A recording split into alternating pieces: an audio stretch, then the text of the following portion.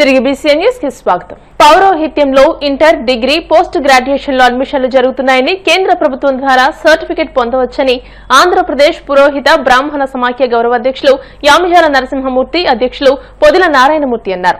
భీమవరం గునుపుడిలో పురోహిత దూర విద్య అవగాహన సదస్సు నిర్వహించారు. ఈ సందర్భంగా వారు మాట్లాడుతూ 6 నెలలు, ఏడాది, 3 ఏళ్ల కోర్సులు ఆయా సబ్జెక్టులను బట్టి ఆన్లైన్ విధానంలో ఈ విద్యా విధానం అందుబాటులోకి వచ్చిందని, వీటిని పురోహితులు సద్వినియోగం చేసుకోని అన్నారు. ఈ పురోహిత దూర విద్య కోసం కేంద్రంతో ఎన్నో ఏళ్లు పోరాటం చేస్తున్నామని సమాఖ్య సభ్యులు తెలియజేశారు. ఇప్పటికే కేంద్రం స్పందించి ఈ విద్యా విధానాన్ని జాతీయ సంస్కృత విశ్వవిద్యాలయం ద్వారా అందుబాటులోకి తీసుకొచ్చిందని సంస్కృత విశ్వవిద్యాలయం దూర విద్య director Yellapragada Krishnamohan, deputy registrar Oruganti Kalyan తెలియజేశారు. అమరావతి నారాయణ గురుకుల్ వేద పాఠశాల ప్రిన్సిపల్ మంగిపూడి వెంకట శాస్త్రి ఘనాపాటి, ఐబీమవరం వేద పాఠశాల ప్రిన్సిపల్ వారణాసి వెంకట సుబ్రహ్మణ్య శాస్త్రులు ఈ విద్యా విధానంపై అవగాహన కల్పించారు. అనంతరం ఆంధ్రప్రదేశ్ రాష్ట్ర బ్రాహ్మణ వెల్ఫేర్ అండ్ డెవలప్మెంట్ కార్పొరేషన్ కి నూతనంగా డైరెక్టర్లుగా నియమితులైన చెరుకుపల్లి సంతోష్, సబ్నవీసు కృష్ణమోహన్, ఆకెళ్ల వెంకట సత్యనారాయణమూర్తి, కొలచిన పద్మావతిలను సత్కరించారు. ఈ కార్యక్రమంలో ఆంధ్రప్రదేశ్ పురోహిత బ్రాహ్మణ సమాఖ్య గౌరవ సలహాదారు ఈమని రామచంద్ర సోమయాజీ ఘనాపాటి, కార్యదర్శి సుదర్శనం దుర్గబాబు, భీమవరం బ్రాహ్మణ సమాఖ్య అధ్యక్షులు వేలూరి హనుమకిరణ్, వేలూరి బుజ్జి, దర్బా అచ్యుతరామయ్య, చెరుకువాడ రంగసాయి, కొమ్ము శ్రీనివాసులు పాల్గొన్నారు.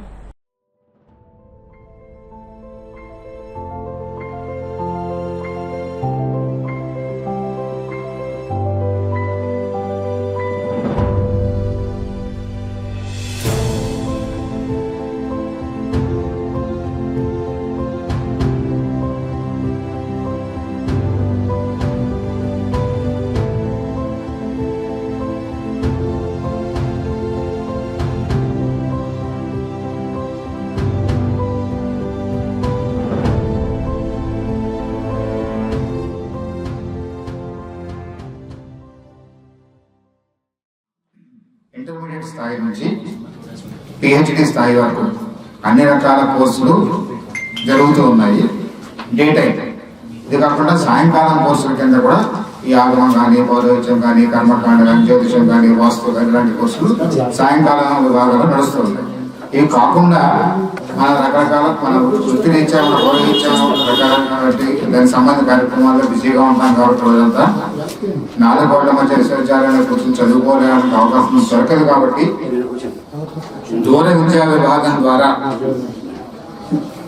ఈ కోర్సులు ఆఫర్ చేస్తే బాగుంటుందనే ఉద్దేశంతో ఈ దూర విద్యా CDOE అని అంటారు అక్కడ, centre for distance and online education. ఈ దూర విద్యా విభాగం విశ్వవిద్యాలయానికి దూర విద్యా విభాగం ద్వారా రెగ్యులర్గా ఏ కోర్సులు అయితే రన్ అవుతున్నాయో ఆ కోర్సులు అన్ని కూడా దూర విద్యా విభాగం ద్వారా కూడా నడిపించాలని తీర్మానించి నడిపిస్తూ ఉన్నారు. ఒకటి. రెండవది ఏంటంటే ఈ దూర విద్యా విభాగం ద్వారా నడిపించే కోర్సులు అన్నీ కూడా UGC వారి చేత గుర్తించబడినటువంటి కోర్సులు. కాబట్టి ఈ సర్టిఫికేట్ పాస్ అయినటువంటి ఈ పరీక్షలు పాస్ అయినటువంటి వాళ్ళకి UGC ద్వారా ఆమోదించబడినటువంటి పద్ధతిలో సర్టిఫికేట్లు ఇస్తారు. అన్ని విధాలుగా ఈ సర్టిఫికేట్లు చెల్లుబాటు అవుతాయి. అంటే ఇప్పుడు మామూలుగా ప్రారంభ స్థాయిలో ఏంటంటే ఈ దూర విద్యా విభాగం ద్వారా సర్టిఫికేట్ కోర్సు నుంచి ప్రారంభిస్తున్నారు. సర్టిఫికేట్ కోర్సు అని అంటే మన 10th క్లాస్తో సమానంగా పరిగణింపబడుతుంది. 13 సంవత్సరాల వయసు నిండి ఉన్నటువంటి వారందరూ ఈ సర్టిఫికేట్ కోర్సులో చేరడానికి అర్హులు. ఈ సర్టిఫికేట్ కోర్సు 6 నెలలు ఉంటుంది. ఈ సర్టిఫికేట్ కోర్సు పాస్ అయిన తర్వాత డిప్లొమా కోర్సు ఒకటి ఉంటుంది. డిప్లొమా ఇన్ సాంస్క్రిట్ అని అంటున్నారు. ఇది 1 సంవత్సర కాలమైనటువంటి కోర్సు. ఈ డిప్లొమా కోర్సు మన రెగ్యులర్ స్ట్రీమ్ ఇంటర్మీడియట్ తో సమానంగా గుర్తించబడుతోంది. సో ఇక్కడ వరకు కోర్సు చదువుతారు.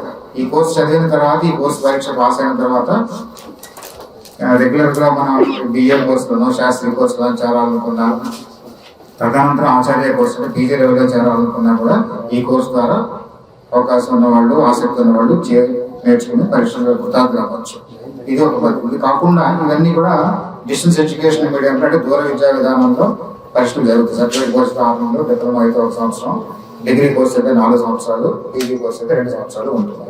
ఇది కాకుండా ఇప్పుడు కొత్తగా మా VC గారి ఆలోచన ఏంటంటే దూర విద్యా విభాగం ద్వారానే పూర్తిగా ఆన్లైన్ కోర్సు.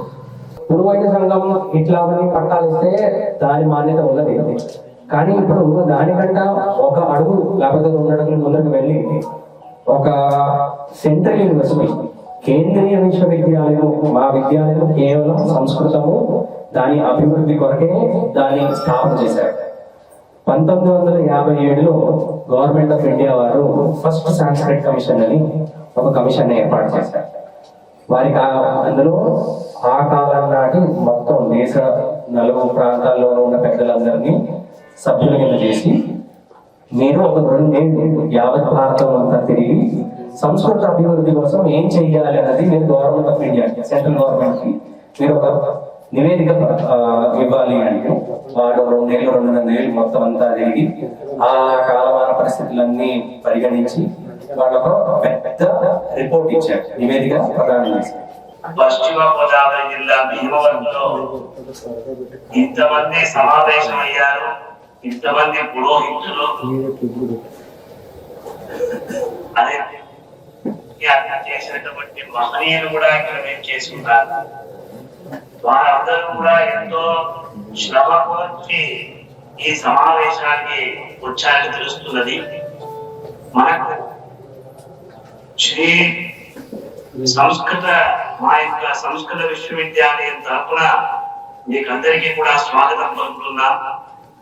విద్యకి మనం విలువ తెచ్చుకోవాలంటే అందరూ కూడా ఇటువంటి యూనివర్సిటీలో భవిష్యత్తులో పరీక్షలు అని అందరూ పరీక్ష అంటే మాట్లాడుకోవచ్చు. మనం అందరం బంధువులే కాబట్టి పెద్ద బ్రహ్మగారు ఆయన దగ్గర ఎప్పుడైనా సందేహాలు వస్తే విద్య విషయంలో కొన్ని అడుగుతుంటాము. ఆయన సుమారు నాకు తెలిసిన 100 మంది విద్యార్థులు తయారు చేశారు. ఏమంటే వచ్చి పరీక్ష ఇవ్వచ్చు కదా, నాకు సహాయం చేయాలి. ఏమంటే ఎంత కాదన్నా పరీక్ష అనేసరికి స్వరం తేడా వచ్చేస్తుంది. అందువల్ల పరీక్ష ఇవ్వడానికి కొంచెం ఆలోచిస్తూ ఉండాలి. ఏమీ సంపాదించట్లా. మనకి శ్రీకాకుళం దగ్గర ఉన్న స్వరం వేరు, అనంతపురం సైడ్ ఉన్న స్వరం వేరు, ఈ చిత్తూరు వైపు ఉన్న స్వరం వేరు. అసలు ఒరిస్సా అయితే మన స్వరం ఉంటుంది. అందువల్ల ఏంటంటే స్వరాల గురించి వాటి గురించి కాకుండా ముందు అడిగేసి ఎల్కేజీ నుంచి పీజీ వరకు మన పిల్లల్ని ఎలా చదివిస్తున్నామో ఇది 13 సంవత్సరాలు నిండిన తర్వాత ఆ పైన ఎంత వయసు ఉన్నా పర్వాలేదని చెప్పేసి యూనివర్సిటీ వరకు మనకు అవకాశం ఇస్తారు. ఇక్కడ మామూలుగా అయితే ప్రభుత్వం ఎవరు ఇన్ని మాటలు మాట్లాడినా పురోహిత సమక్ష ఎవరి దగ్గర పైసా తీసుకోకుండా సేవలు చేసుకోవచ్చు, ఏం చేసినా సరే. కానీ యూనివర్సిటీకి కూడా మనం పరీక్ష ఫీజులు పెట్టేద్దాం అనుకుంటే ఇప్పుడే లిస్ట్ చూసాను. అడ్మిషన్ ఫీజు 2000, ఎగ్జామ్ ఫీజు 700 ఎంతో, అలాగే ఇంకో ఫీజు ఏదో 400 ఎంతో. ఇది కొంచెం సమాక్షి భారం కాబట్టి ఎవరు మటుకు వాళ్ళు తప్పకుండా అడ్మిషన్ తీసుకోండి. మీరెందుకు పరీక్ష రాయడం ప్రయత్నం చేయండి. పరీక్ష రాత పరీక్ష ఉంటుంది, మన పురోహిత పరీక్ష, మౌఖిక పరీక్ష. ఏమి ఇబ్బంది లేదు. రాత పరీక్ష ఉన్నా సరే ఏమున్నా సరే యూనివర్సిటీ వాళ్ళు ఒక ఛాన్స్ ఇచ్చారు. సెంటర్ మాత్రం మీరే భీమవరంలోనే ఏర్పాటు చేయాలన్నారు. ఆనంద విశ్వవిద్యాలయానికి అక్కడే మన పరీక్ష కేంద్రం పెట్టుకున్నాము. ఇంతమంది డైరెక్టర్ని పిలిచి ఇక్కడ కూర్చోబెట్టి ఏదో చేయాలని ఇవాళ ఒక్కరోజు కాదు ఆయన నేను చెప్పేది. ఆయన ఎప్పటి నుంచో పరితపిస్తున్నారు. ఈ సర్టిఫికేట్ పిల్లలకి ఇవ్వాలి, లోన్లు ఇప్పించాలి, ఏదో చేయాలి. కృష్ణమామ గారు చాలా పరితపించడంలో మామూలుగా కాదు. ఇంకో పని వదిలేశాడు ఆయన. మా గురువు గారికి తెలుసు. ఇంకో పని వదిలేసేసి ఈ కార్యక్రమాలను పట్టుకుని ఇంకా బ్రాహ్మణులు పురోహితులు బ్రాహ్మణులు ఇదే పని మీద మన నశిముతున్నారు. ఆయన అనుకున్న కార్యక్రమాన్ని దిగ్విజయం జరగాలని డైనమిక్ కృష్ణమోహన్ మా సంతోషం. ఇదంతా డైనమిక్ కాబట్టి మీ అందరి ఆశీస్సులతోటి మీకు కావలసినటువంటి బ్రాహ్మణ సమాజం వారికి కానీ పురోహితుల వారికి కానీ అన్ని సౌకర్యాలు కల్పించేయమని కోరుకుంటూ అందరికీ ఇలాంటి మంచి కార్యక్రమానికి బ్రాహ్మణులకి ఉపయోగపడే విధంగా పురోహిత సమాఖ్య ముందుకు వెళ్తోంది. అలాగే మా ముఖ్యమంత్రి వర్యులు, ఆంధ్రప్రదేశ్ ముఖ్యమంత్రి వర్యులు నారా చంద్రబాబు నాయుడు గారు బ్రాహ్మణ కార్పొరేషన్ ఏర్పాటు చేసి బ్రాహ్మణ కార్పొరేషన్ ద్వారా పేద బ్రాహ్మణులకి ఉపయోగపడాలని చెప్పి కార్పొరేషన్ ఏర్పాటు చేశారు. దానిలో కొత్తగా మాకందరికీ కూడా డైరెక్టర్ పోస్టులు ఇచ్చారు. మాకు డైరెక్టర్ పోస్ట్ ఇచ్చింది మాకేదో శాలువాలు వేయించుకోవడానికి, సత్కారాలు చేయించుకోవడానికి కాదు. మాకు ఒక బాధ్యత చెప్పారు. బ్రాహ్మణులకి మీరు కూడా సేవ చేయండి, ప్రభుత్వం తరఫున మీరు కూడా ప్రతినిధిగా ఉండండి, సేవ చేయండి అని బాధ్యత చెప్పారు. ఈ 2 సంవత్సరాల పాటు కూడా మా డైరెక్టర్స్ అందరూ కూడా ఏ సమయంలో అయినా సరే బ్రాహ్మణులకి ఏ కష్టం వచ్చినా సరే, ఏ బ్రాహ్మణుడికి కష్టం రాకూడదు, కానీ కష్టం వచ్చినా సరే మేము ముందుంటాం, అందరికీ కూడా ఉపయోగపడతామని చెప్పి తెలియజేసుకుంటాం. సెలవు తీసుకుంటాం. భరతమాతను గొప్పగా కీర్తించి అమోఘమైన గేయం వందే మాత్రమని morning coffee club convener Bonda Rambabu, co convener Oleti Srinivas Gupta, PRO Battiprolu Srinivasarao, కొత్త శ్రీనివాస్, కార్మూరు సత్యనారాయణ, కంచర్ల భాస్కర్రావులు ఉన్నారు. వందే మాత్ర గేయానికి 150 ఏళ్లు పూర్తయిన సందర్భంగా శుక్రవారం మార్నింగ్ కాఫీ క్లబ్ సభ్యులు ముక్త కంఠంతో వందే మాత్రం గీతాన్ని ఆలపించారు. ఈ సందర్భంగా వారు మాట్లాడుతూ వందే మాత్ర గేయాన్ని 1875 నవంబర్ 7వ తేదీన బంకిం చంద్ర చటర్జీ రచించారని అన్నారు. వందే మాత్రం అంటే నేను తల్లిని స్తుతిస్తాను అని అర్థమని, వందే మాత్రం దేశ జాతీయ గేయమని అన్నారు.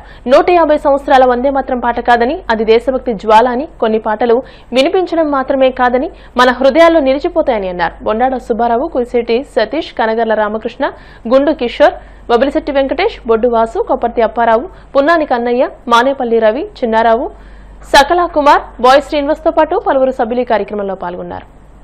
వందే మాతరం వందే మాతరం సుజలాం సుఫలాం మలయజ శీతలాం సస్యశ్యామలాం మాతరం వందే మాతరం శుభ్రజోష్ణ పులకితయామిని పుల్లకుసుమిత శోభిని సుహాసిని సుమధురదాచిని సుఖదాం వరదాం మాతరం వందే మాతరం వందే మాతరం.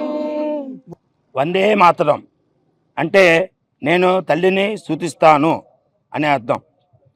శ్రీ బంకిం చంద్ర చటర్జీ గారు ఈ గీతాన్ని రచించారు.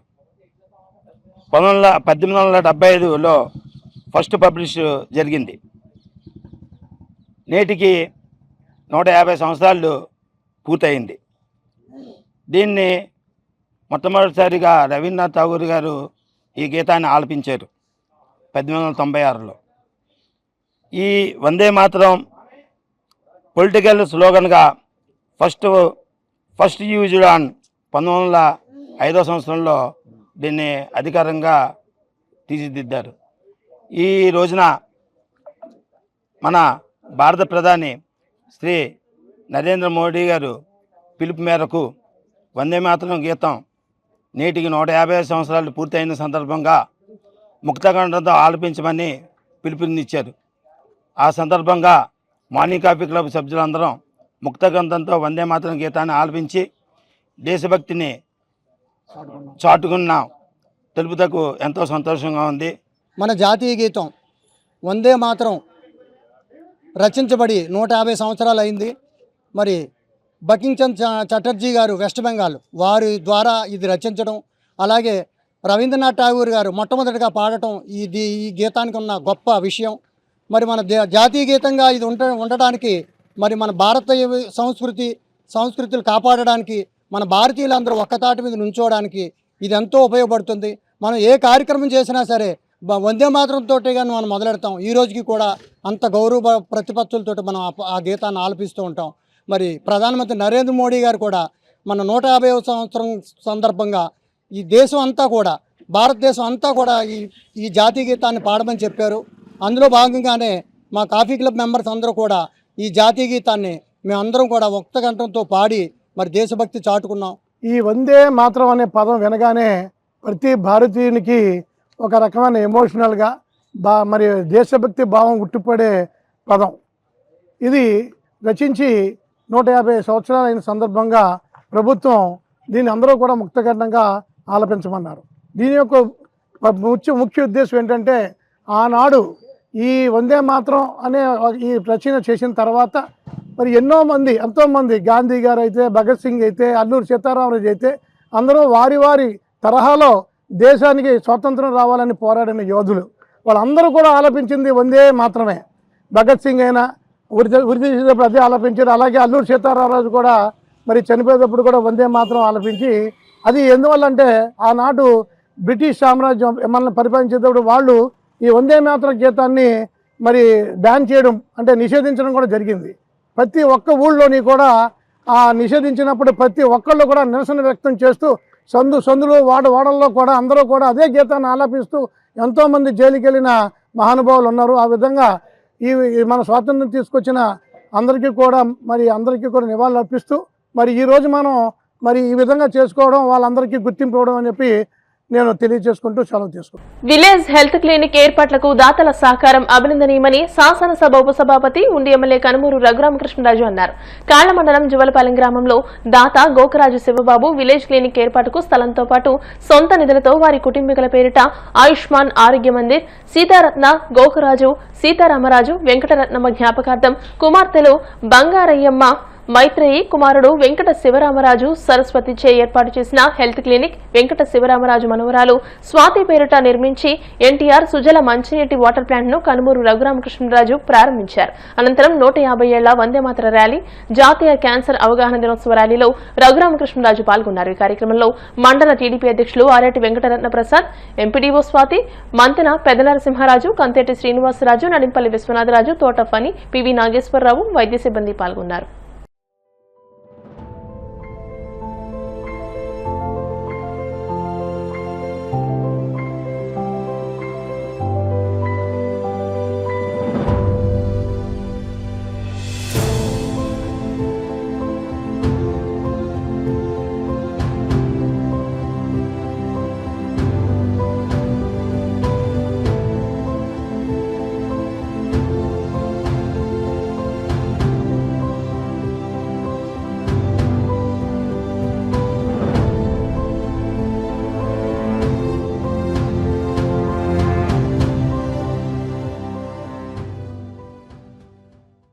జువలపాలెం గ్రామంలో విలేజ్ హెల్త్ క్లినిక్ మరి గతంలో ఒక రెంటెడ్ హౌస్లో రన్ అవుతుంది.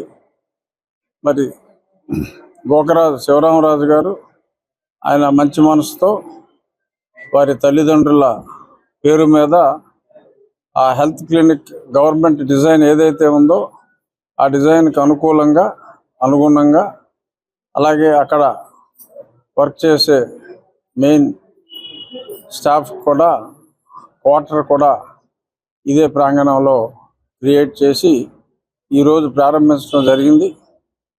రాబోయే రోజుల్లో అన్ని గ్రామాల్లో కూడా ఇటువంటి హెల్త్ క్లినిక్లు ఉండాలి.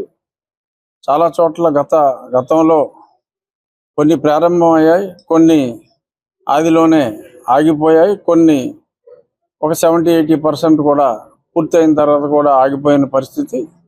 ఇప్పుడు సత్యకుమార్ యాదవ్ గారు నిన్న నేను కలిసినప్పుడు వారు చెప్పడం జరిగింది, మన నియోజకవర్గానికి 14 కానీ 15 కానీ ఆర్డర్స్ అయితే ఇవాళ రేపట్లో వస్తాయి. ఆ విలేజ్ హెల్త్ క్లినిక్లు శాంక్షన్ అవ్వడం జరిగింది. సుమారు 40 లక్షల రూపాయలు ప్రతి విలేజ్ హెల్త్ క్లినిక్కి కూడా శాంక్షన్ చేసినట్టుగా చెప్పారు. గతంలో ముగింపు దశకు వచ్చి ఆగిపోయినవి అన్నీ కూడా టాప్ ప్రయారిటీలో వాటిని పూర్తి చేసి ఈ కొత్తగా మొదలు పెట్టవలసినవి కూడా గతం మాదిరి డిలే లేకుండా మొదలు పెడితే ఖచ్చితంగా 7-8 నెలల్లో పూర్తి అయ్యేలాగా రెగ్యులర్గా మానిటర్ చేస్తూ ప్రతి విలేజ్ హెల్త్ క్లినిక్ మానిటర్ చేస్తూ ప్రైమరీ లెవెల్లోనే మనం పరీక్షలన్నీ విలేజ్ హెల్త్ క్లినిక్లో చేయగలిగితే చాలా రోగాల్ని ముదరకు ముందే మనం అరికట్టే అవకాశం ఉంటుంది. గతంలో మనకి నీటి సంబంధిత రోగాలు చాలా ఎక్కువగా ఉండేవి. ఇప్పుడు చాలా వరకు ఆ కాలువలు కలుషితం కాకుండా కూడా చాలా వరకు అరికట్టగలిగాం. అలాగే ప్రతి గ్రామంలో కూడా వాటర్ ట్రీట్మెంట్ ప్లాంట్లు, మైక్రో ఫిల్టర్లు అన్నీ కూడా ఒకదాని తర్వాత ఒకటి ఏర్పాటు చేసుకోవడం జరుగుతుంది. ఖచ్చితంగా ఈ రోగ నివారణతో పాటు ముందుగానే అన్ని రకాల పరీక్షలు చేసి విలేజ్ హెల్త్ క్లినిక్స్లో దీనివలన చాలా వరకు ఆరోగ్య సమస్యలు పరిష్కారం అయ్యే అవకాశం రాబోయే రోజుల్లో మరింత విస్తృతం అవుతుంది. ఎక్కడైనా కొన్ని ఊర్లలో మరి ప్రభుత్వం శాంక్షన్ అన్నీ ఒకేసారి ఇవ్వలేదు కాబట్టి శివరామరాజు గారి లాగా ఎవరైనా దాతలు ఆల్రెడీ శాంక్షన్ లేని ఊర్లలో ముందుకు వస్తే ఖచ్చితంగా వారి పేరు మీదే, వారి తల్లిదండ్రులు కావచ్చు, వారి పేరు మీదే ఇక్కడ ప్రారంభించిన విధంగా ప్రారంభించడం జరుగుతుంది. డిజైన్ మటుకు ప్రభుత్వం ఏదైతే ఆమోదించిందో ఆ డిజైన్ని ఫాలో అవ్వాల్సి వస్తుంది. ఇప్పుడు ఇక్కడ ఏం చేసినట్టే.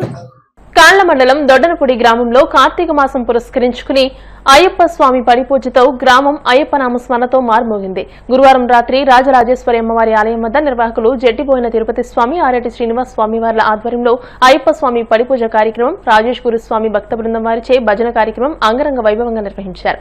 స్వామివారికి విశేష ద్రవ్యాలతో అభిషేకాలు నిర్వహించారు. అనంతరం గురుస్వాములను ఘనంగా సన్మానించారు. ఈ కార్యక్రమంలో గురుస్వాములు కొల్లు రాముస్వామి, నరహరిశెట్టి వెంకట్రావు స్వామి, కొల్లు లక్ష్మణ స్వామి, గుండా సాయి స్వామి, కొల్లు సురేష్ స్వామి, చెన్నశెట్టి దేవి, వరప్రసాద్ స్వామి, భవానీలు, శివస్వాములు తదితరులు పాల్గొన్నారు.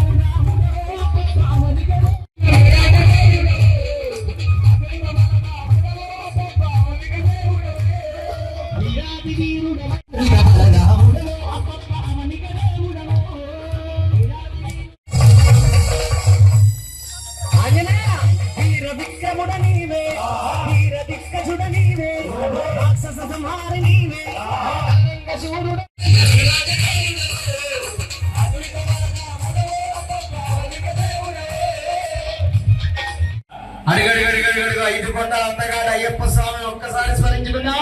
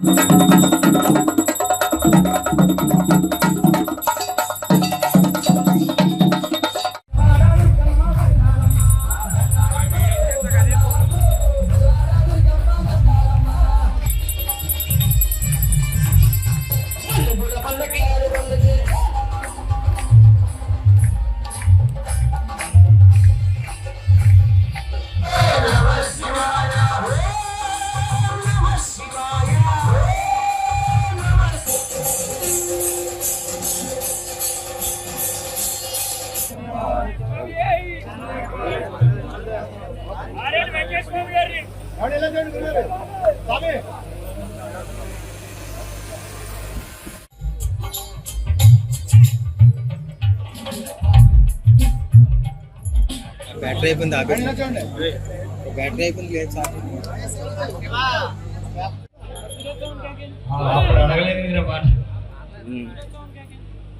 మనకంటూ ఒక జెండా ఉంది, అది కాషాయ జెండా.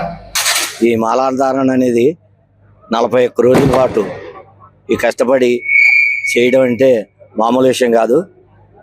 స్వాములందరూ సనాతన ధర్మం మనం పాటించడం గురించి ఇది బాగా ఉపయోగపడుతుంది. దాని గురించి స్వాములందరూ స్వామి శరణం అయ్యప్ప.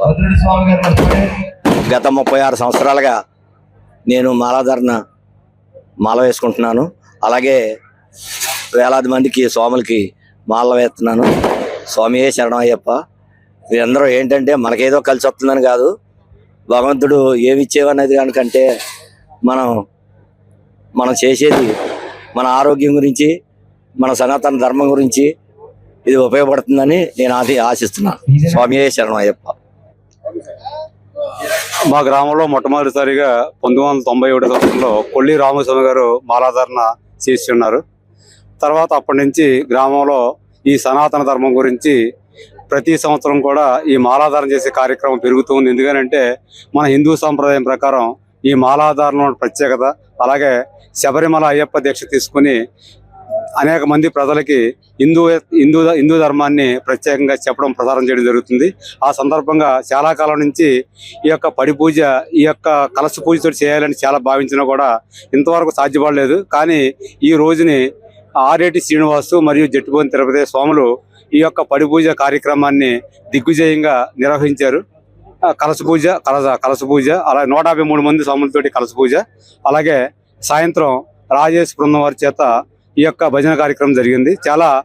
మాకు చాలా ఆనందంగా ఉంది ఈ కార్యక్రమం ఈ విధంగా జరిగినందుకు. ఈ కార్యక్రమంలో ముఖ్యంగా అనేక మంది స్వాములు, సుమారుగా 1000 మంది స్వాములు, 2000 మంది నానయ్యప్పలు కూడా ఈ యొక్క భజన కార్యక్రమం వందే మాత్రం గీతం రచించి 150 సంవత్సరాలు పూర్తయిన సందర్భంగా శ్రీ విజ్ఞాన వేదిక ఆధ్వర్యంలో భీమవరం క్విట్ ఇండియా స్తూపం వద్ద గత వారం రోజులుగా వివిధ స్కూళ్లలో విద్యార్థులతో వందే మాత్రం గీతంపై నిర్వహించిన పోటీల్లో గెలుపొందిన విద్యార్థులకు ప్రశంసా పత్రాలు అందజేశారు. ఈ కార్యక్రమానికి ముఖ్య అతిథిగా విచ్చేసిన తెలుగుదేశం పార్టీ రాష్ట్ర కోశాధికారి వెంటే పార్థసారథి మాట్లాడుతూ స్వాతంత్ర ఉద్యమంలో వందే మాత్ర గీతంతో ప్రతి భారతీయునికి ఉద్యమ స్ఫూర్తి రగిలిందని, గీత రచయిత చటర్జీ జయంతిని అన్ని ప్రదేశాల్లోనూ వందే మాత్రం గీతం ఆలపిస్తూ వారికి ఘన నివాళులర్పించడం స్ఫూర్తినిచ్చే కార్యక్రమం అని అన్నారు. అనంతరం Bardoli, Srividya, JLB, CV Raman, Sanskar school విద్యార్థులతో ర్యాలీ నిర్వహించి వందే మాత్రం గీతం ఆలపించామని నిర్వాహకులు చెరుకువాడ రంగసాయి తెలియజేశారు. ఈ కార్యక్రమంలో ఇందుకూరి ప్రసాదరాజు, ఎంఈఓలు శ్రీనివాస్, సాయి, గనిరెడ్డి త్రినాథ్, అల్లు శ్రీనివాస్, కాతల జేమ్స్, చాన్ బాషా, కొండ్రు శ్రీనివాస్, బట్టిప్రోడు శ్రీనివాస్, నందమూరి రాజేష్ తదితరులు పాల్గొన్నారు.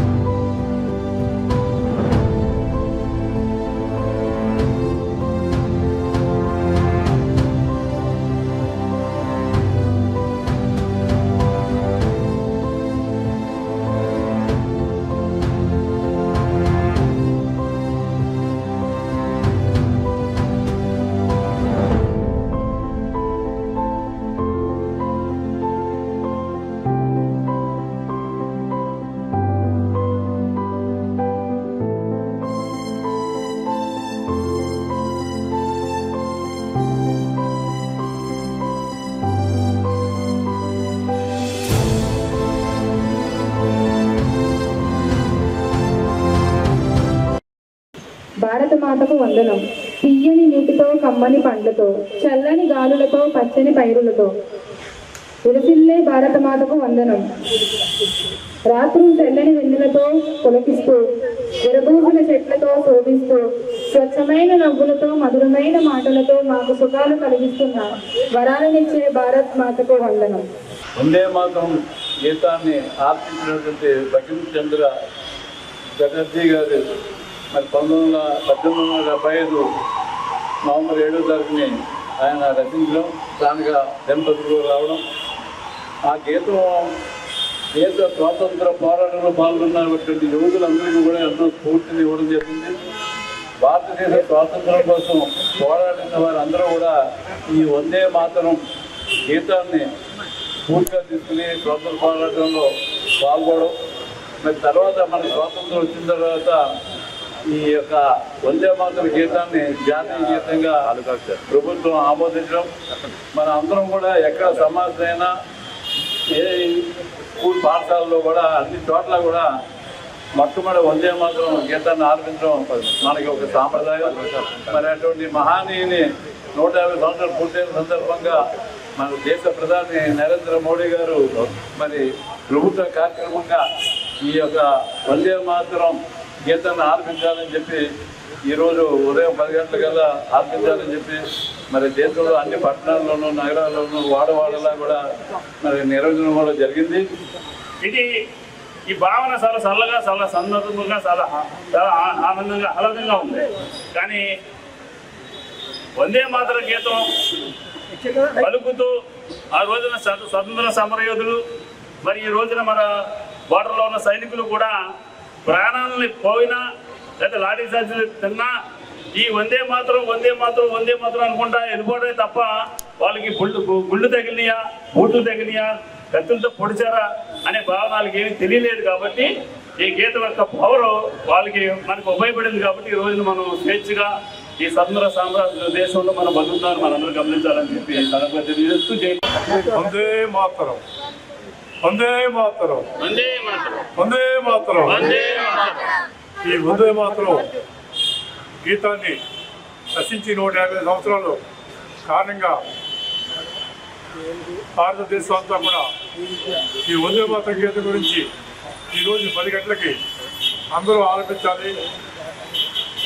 అందరూ కూడా ఉత్తేజపరిచి రాబోయే కాలంలో నేటి కాలంలో అందరికీ కూడా ఈ వందే మాతరం గీతాన్ని అర్థం తెలియజేసి ప్రతి ఒక్కరూ కూడా ఉత్తేజంగా ఉద్వేగంగా ప్రతి చోట కూడా వందే మాతరాన్ని గుర్తించుకోవాలని చెప్పి తెలియజేస్తూ మరి వందే మాతరం 150 ఏళ్ల గేయాన్ని బకించండి రాసితే దాన్ని మరి జాతీయ గీతంగా మనం ప్రకటిస్తున్నాం.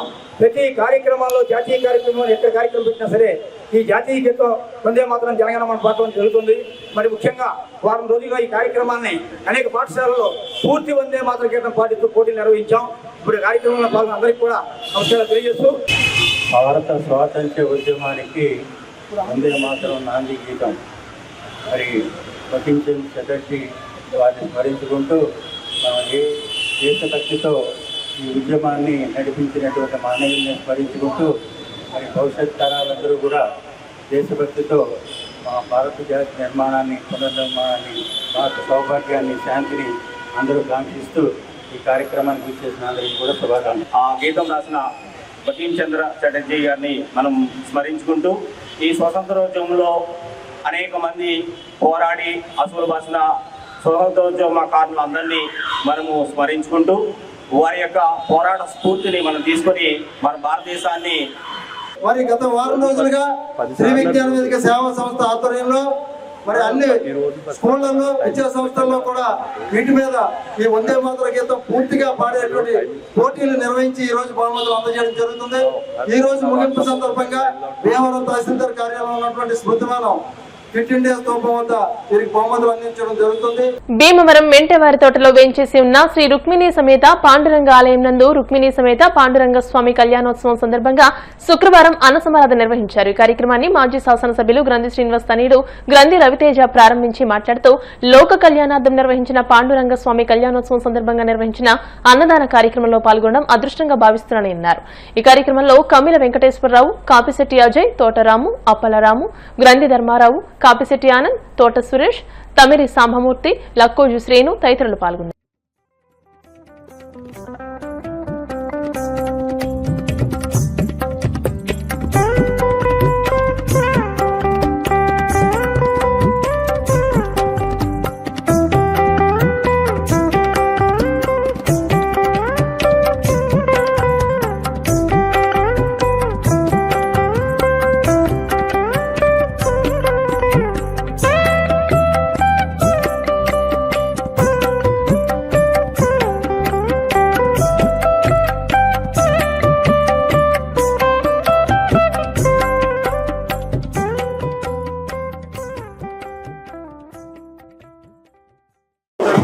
భీమవరం పట్టణంలో మెంటేవారి తోటలో వెలిసిన మహనీయుడు శ్రీ రుక్మిణి సమేత పాండురంగ స్వామి వారి ఆలయం, అలాగే విజయ గణపతి ఆలయాన్ని మనం నిర్మించుకుని ప్రతి సంవత్సరం కూడా ఇక్కడ రుక్మిణి సమేత పాండురంగ స్వామి వారి కళ్యాణ వైభవాలు ఎంతో అద్భుతంగా మీ అందరి సహాయ సహకారాలతో ఉత్సవ కమిటీ వారి ఆధ్వర్యంలో జరుగుతూ ఉన్నది.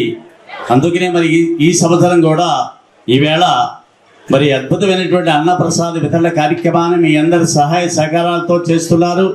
మరి అన్నప్రసాద వితరణకి ఉత్సవ కమిటీ వారి తరఫున మీ అందరికీ కూడా శుభాకాంక్షలు తెలుపుతూ అందరికీ స్వాగతం పలుకుతున్నాం. మరి అన్నప్రసాద వితరణ కార్యక్రమానికి దయచేసినటువంటి మహనీయులు, మన ఆహ్వానాన్ని మన్నించి విచ్చేసినటువంటి మరి ఎక్స్-ఎమ్మెల్యే గౌరవ శ్రీ గ్రంథి శ్రీనివాస గారి తనయుడు యువనాయకుడు గ్రంథి రవితేజ గారి సువర్ణాస్తాలతోటి అన్నప్రసాద కార్యక్రమాన్ని ప్రారంభించారు. కనుకనే భక్తులు 50 మంది కూడా దయచేసి అన్నప్రసాద కార్యక్రమాన్ని విజయవంతం చేయవలసిందిగా మహనీయులు శుభనాస్తాలతో కట్టినటువంటి ఆలయం గ్రంథి ధర్మారావు గారు ఆనాడు కట్టారు కనుకనే ఇప్పుడు మనం అంతా కూడా ఇక్కడ అద్భుతమైన కార్యక్రమాలు నిర్వహించుకోగలుగుతున్నాం. ఆ మహనీయునికి మనందరి తరపున అభినందనలు తెలుపుతూ శ్రీ రుక్మిణి సమేత పాండురంగ స్వామివారి ఆలయంలో మరియు విజయ గణపతి స్వామివారి ఆలయంలో అన్నదాన కార్యక్రమం ప్రారంభించారు. ముఖ్యంగా మాజీ ఎమ్మెల్యే గ్రంథి శ్రీనివాస్ గారి కుమారులు రవితేజ గారి చేతుల మీదుగా, అలాగే మేమందరం కూడా వారి కూడా ఉండి ఈ రోజున ఈ అన్నదాన కార్యక్రమం ఎంతో, నాకు తెలిసి నేను సుమారుగా 10 సంవత్సరాల నుంచి కూడా చూస్తున్నాను. చాలా అద్భుతంగా కమిటీ వారు ఈ అన్నదాన కార్యక్రమాన్ని చేస్తున్నారు. మరి వారిని ప్రత్యేకంగా అభినందిస్తూ మరి ఈ రోజున ఈ కార్యక్రమంలో స్వామివారి తీర్థ ప్రసాదాలు అన్నప్రసాదం తీసుకోవాల్సిందిగా మరి భక్తులందరినీ కోరి ప్రార్థిస్తూ భీమవరం 2 టౌన్లోని వంశీకృష్ణనగర్ నందు నారాయణ విద్యా సంస్థల్లో శుక్రవారం ఈ కిడ్స్ విద్యార్థులకు ఎస్ఎల్సీ ప్రోగ్రాం ఘనంగా నిర్వహించారు. ఈ ప్రోగ్రాంలో విద్యార్థులు సెమ్ 1 కు సంబంధించిన అన్ని సబ్జెక్టులను తల్లిదండ్రుల సమక్షంలో నమూనా రూపంలో ప్రదర్శించి తమ ప్రతిభను చాటుకున్నారు. ఈ ఎస్ఎల్సీ ప్రోగ్రాంలో విద్యార్థుల నైపుణ్య వికాసం, కమ్యూనికేషన్ స్కిల్స్, ప్రెజెంటేషన్ స్కిల్స్, విద్యార్థుల ప్రతిభను తెలియజేశారు. ఈ కార్యక్రమానికి AGM Ramireddy, retired head madam RI Krishnakishore, coordinator Rani, principal Ramakrishna, ఉపాధ్యాయేతర సిబ్బంది పాల్గొన్నారు.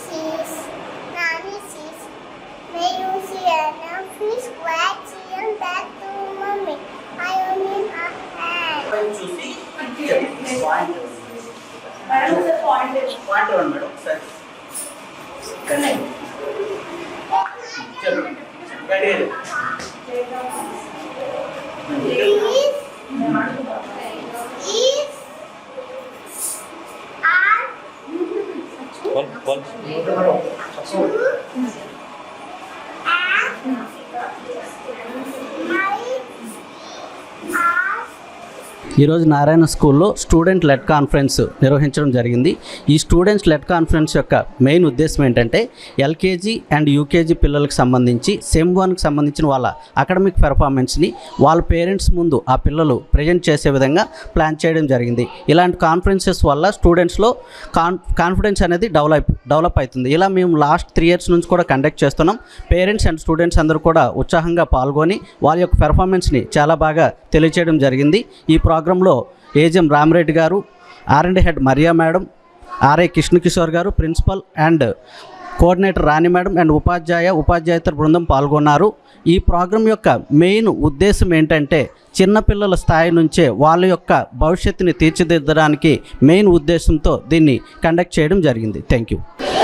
మా స్కూల్లో ఎస్ఎల్సి ప్రోగ్రామ్ స్టార్ట్ చేసాం ఈరోజు. అది ఎల్కేజీ యూకేజీ పిల్లలకి.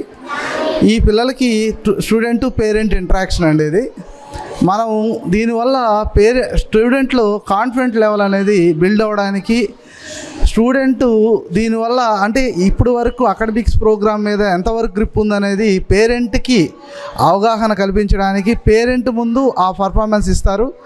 వాళ్ళు అకాడమిక్ అంటే ఇప్పుడు వరకు జరిగిన సిలబస్ దాని మీద ఈ ఏదైతే మనకి ప్రాజెక్ట్స్ ఉన్నాయో ఆ ప్రాజెక్ట్స్ కూడా వాళ్ళు ఎక్స్ప్లెయిన్ చేయడం జరుగుతుంది పేరెంట్స్ ముందు. ఇది పేరెంట్స్ స్టూడెంట్ ఇంటరాక్షన్ కాబట్టి పేరెంట్ పిల్లాడి మీద ఏ ఎక్స్పెక్టేషన్స్ అయితే ఉంటారో ఆ ఎక్స్పెక్టేషన్ను రీచ్ చేయడానికి, ఆ ఎక్స్పెక్టేషన్ ఇంతవరకు రీచ్ అయ్యారు అన్నది పేరెంట్ దగ్గర ఈ పర్ఫార్మెన్స్ అనేది చేయడం వల్ల పేరెంటు ఇప్పుడు వరకు చేసిన ప్రోగ్రామ్స్, ఇప్పుడు వరకు జరిగిన అకాడమిక్ సాటిస్ఫాక్షన్ లెవెల్ ఎంత ఉందో కూడా పేరెంట్కి అవగాహన కల్పించడానికి ఈ ఎస్ఎస్సి ప్రోగ్రామ్ అండి. ఇది సక్సెస్ అని పేరెంట్స్ కూడా చెప్పారు. ఆల్రెడీ ఇప్పటికి మన దగ్గర నెంబర్ ఆఫ్ పేరెంట్స్ ఉన్నారు. ఆ పేరెంట్స్ కూడా మా పిల్లలు చాలా బాగా పర్ఫార్మెన్స్ చేశారు, ఎక్సలెంట్ అని నారాయణ గ్రూప్లో జాయిన్ చేసినందుకు మేము చాలా గర్వంగా ఫీల్ అవుతున్నాం sir. Thank you so much. దేవుని సేవ చేసేవారు దేవుని కోసం ప్రార్థన చేయడంతో పాటు క్రైస్తవుల సమస్యలపై ఉద్యమాలు చేయాల్సిన అవసరం ఉందని Andhra Pradesh Christian protection association chairman MD Ismail అన్నారు. కాళ్ల మండలం ఏలూరుపాడు గ్రామంలో ఆంధ్రప్రదేశ్ క్రిస్టియన్ ప్రొటెక్షన్ అసోసియేషన్ పశ్చిమ గోదావరి జిల్లా పాస్టర్స్ విస్తృత స్థాయి సమావేశాన్ని నిర్వహించారు. ఈ సమావేశానికి నేతల జ్ఞానప్రకాష్ అధ్యక్షత వహించారు. AP CPA chairman MD Ismail మాట్లాడుతూ ప్రభుత్వం క్రైస్తవులపై దాడులు జరగకుండా ప్రత్యేక చట్టం తీసుకురావాలని అన్నారు. క్రైస్తవ ఆస్తులు అన్యాక్రాంతం కాకుండా చర్యలు తీసుకోవాలని, ప్రతి జిల్లాకు ఒకటి చొప్పున క్రిస్టియన్ భవన్ ఏర్పాటు చేయాలని, క్రిస్టియన్ మైనార్టీ కార్యాలయాల్లో ప్రతి జిల్లాలోనూ ఒక క్రిస్టియన్ ఉద్యోగ అవకాశం కల్పించాలని, తద్వారా వారికి తమ బాధలు చెప్పుకునే అవకాశం కలుగుతుందని అన్నారు. ఈ సమావేశంలో 19 అంశాలను జిల్లా సమావేశంలో తీర్మానించారు. ఈ సమావేశంలో AP CPA political president Rajesh Khanna, state vice president Evelu Raju, Gafoor Manohar, Ramesh, Matte Raj Kumar, Sodadasi Gangaiah, John Moss, Joseph, జిల్లా president bullet Kittu, youth president Gathala Sandeep, రాష్ట్రంలోని పలు జిల్లాల నుంచి పాస్టర్స్ పాల్గొన్నారు. మేము ఒక తీర్మానానికి వచ్చాం. అందులో ముఖ్యంగా ఈ క్రైస్తవుల పక్షంగా జరుగుతున్నటువంటి అన్యాయం ఏదైతే ఉందో ఆ అన్యాయాన్ని ప్రభుత్వం ఖచ్చితంగా అరికట్టాలి. చర్చల మీద దాడులు జరుగుతున్నాయి, పాస్టర్ల మీద దాడులు జరుగుతున్నాయి. ఈరోజు క్రైస్తవ్యం దేశానికి సేవ చేసింది. ప్రభుత్వ పెద్దలుగా ఉన్నటువంటి మీరు క్రిస్టియానిటీ దేశానికి చాలా సేవ చేసిందని మీరు చెప్తారు కదా. సేవ చేసేటటువంటి మా మీద ఎందుకు దాడులు చేసేటటువంటి వారిని మీరు ఎందుకు అరికట్టలేకపోతున్నారు? ఆ విషయంలో మీరు ఎందుకు మాకు పరిష్కార మార్గాన్ని చూపించలేకపోతున్నారు? ఖచ్చితంగా క్రైస్తవుల మీద జరుగుతున్నటువంటి దాడులకు సంబంధించినటువంటి అంశంలో ప్రభుత్వం చర్యలు తీసుకుని ప్రత్యేకంగా ఒక చట్టం చేయాలని చెప్పేసి ప్రభుత్వాన్ని డిమాండ్ చేస్తున్నాం. రెండవదిగా చూస్తే ఈరోజు క్రిస్టియన్ మైనారిటీ కార్పొరేషన్ చైర్మన్గా ప్రభుత్వం ఇంకా చైర్మన్ని నియమించలేదు. ఎందుకంటే కార్పొరేషన్ ద్వారా క్రైస్తవులకి ఎన్నో సేవలు అందించాల్సినటువంటి పరిస్థితి ప్రభుత్వానికి ఉంది. మీ ప్రభుత్వం ఏర్పడి ఇంచుమించు సంవత్సరంన్నర గడిచిపోయింది. ఇప్పటికీ క్రిస్టియన్ మైనారిటీ చైర్మన్ ఏర్పాటు చేయలేదు. అదేవిధంగా మరి క్రైస్తవ సంక్షేమం కోసం సరైనటువంటి ఫండ్ కూడా మరి ప్రభుత్వం రిలీజ్ చేయలేనటువంటి పరిస్థితి ఉంది. చర్చల నిర్మాణాలు ఆగిపోయాయి, సమాధుల దొడ్లు లేక ఇబ్బంది పడుతూ ఉన్నాం, డెవలప్మెంట్స్ ఆగిపోయాయి. కాబట్టి మరి ముఖ్యమంత్రి మరి చంద్రబాబు నాయుడు గారు పెద్దలు ఖచ్చితంగా మీరు దృష్టి పెడితే ఖచ్చితంగా క్రైస్తవులకు న్యాయం జరుగుద్ది. అంతేకాదు మా కార్పొరేషన్ డైరెక్టర్లు కూడా చైర్మన్ని బాప్తిసం పొందినటువంటి వ్యక్తినే నియమించాలి. మీరు డైరెక్టర్లను కూడా బాప్తిసం పొందినటువంటి వారినే నియమించాలి. ఇతరులు మా మీద పెత్తనం చెలాయించేటటువంటి విధంగా మరి ఏమాత్రం కూడా మీరు చర్యలు తీసుకోకూడదు. అటువంటి ప్రపంచాలకి తావు లేకుండా ఆ క్రిస్టియన్ మైనారిటీ కార్పొరేషన్లో మరి చైర్మన్గా మరి క్రిస్టియన్ని నియమించాలి. హంబల్ రిక్వెస్ట్ 1998 సర్క్యులర్ ఒకటి మీరు ముఖ్యమంత్రి ఉమ్మడి ఆంధ్రప్రదేశ్లో మీరు ముఖ్యమంత్రిగా ఉన్నప్పుడు ఒక సర్క్యులర్ మీరు పాస్ చేశారు. ఈరోజు ఆ సర్క్యులర్ని బేస్ చేసుకుని దళితుల మీద దాడులు పెరిగాయి. మీరు ఒకసారి అబ్జర్వ్ చేయండి. ఆ సర్క్యులర్ పాస్ చేసిన దగ్గర నుంచి మీరు లెక్కలు తీయండి. మీరు లెక్కలు తీస్తే ఆ లెక్కల ప్రకారంగా చూస్తే దళితుల మీద విపరీతంగా దాడులు పెరిగాయి. వివక్షకి కారణమైంది. ఈరోజు అన్ని వర్గాల వారు వారి దేవుణ్ణి చాలా గొప్పగా ఆరాధించుకునేటటువంటి పరిస్థితి ఉంది.